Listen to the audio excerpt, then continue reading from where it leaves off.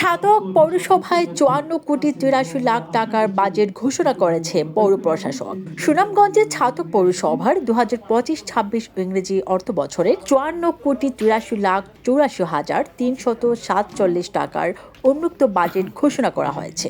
রোববার দুপুরে ছাতক পৌরসভার হল রুমে প্রস্তাবিত বাজেট পেশ করেন পৌর প্রশাসক ও উপজেলা নির্বাহী কর্মকর্তা মোহাম্মদ তরিকুল ইসলাম। প্রস্তাবিত বাজেটে মোট ব্যয় ধরা হয়েছে ৫২,৫৯,৫৯৪ টাকা এবং উদ্ধৃত দেখানো হয়েছে ১,৯৫,২৪,৭৩৫ টাকা।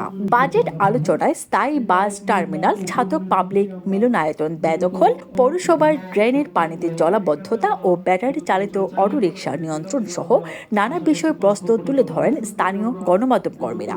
এতে পৌর প্রশাসক ও পৌরসভা প্রকৌশলী প্রশ্নের উত্তরের পাশাপাশি পৌর নাগরিক সেবা নিশ্চিত করতে সকলের সার্বিক সহযোগিতা কামনা করেন। স্থানীয় ও জাতীয় গণমাধ্যম কর্মীদের উপস্থিতিতে বাজেট অনুষ্ঠানে উপস্থিত ছিলেন উপজেলা নির্বাহী প্রকৌশলী রফিকুল ইসলাম, উপজেলা সমাজ সেবা কর্মকর্তা শাহ মোহাম্মদ শফিউর রহমান, উপজেলা যুব উন্নয়ন কর্মকর্তা মোহাম্মদ আইনুল ইসলাম ভূঁইয়া, পৌরসভা নির্বাহী কর্মকর্তা শরবিন্দু রায়, সহকারী প্রকৌশলী মোহাম্মদ আব্দুল মালেক, কর আদায়কারী মোহাম্মদ জামাল উদ্দিন, হিসাবরক্ষক কুলসুমা বেগম, নিম্নমান সহকারী ও কাম মুদ্রাক্ষরিক মোহাম্মদ আসাদুজ্জামান এবং অন্যান্য কর্মকর্তা কর্মচারীবৃন্দ।